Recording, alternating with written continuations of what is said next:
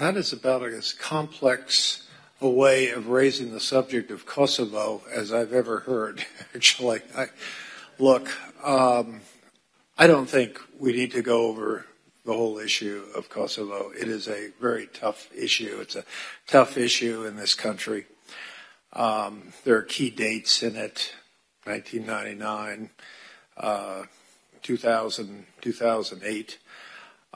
It's clear that there are issues that remain that have not been resolved yet.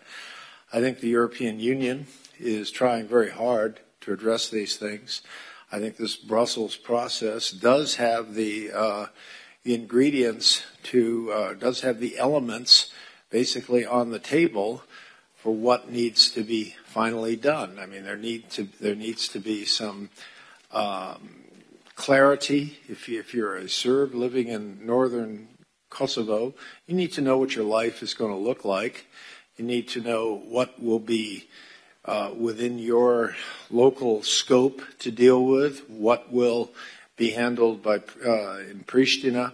And so I think the whole concept of the Association of Serb Municipalities is essential to identifying and ultimately adopting. At the same time, Kosovo declared independence in 2008, and here we are, some 15 years later. Kosovo still has 5 countries within the European Union that do not recognize it as a state.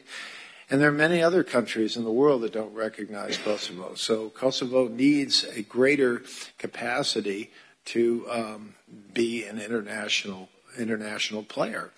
And so the initial idea on the table is there will be an ASM in return, Association of Serb Municipalities, in return for Serbia stepping back and giving Kosovo the capacity to seek out these relationships and memberships in the international community. Now, this, you put this on the table and it's not easy. You always think this, that negotiation is some kind of equation that you learned in junior high school from mathematics, but it's always far more complex than you think. But this is what has to happen.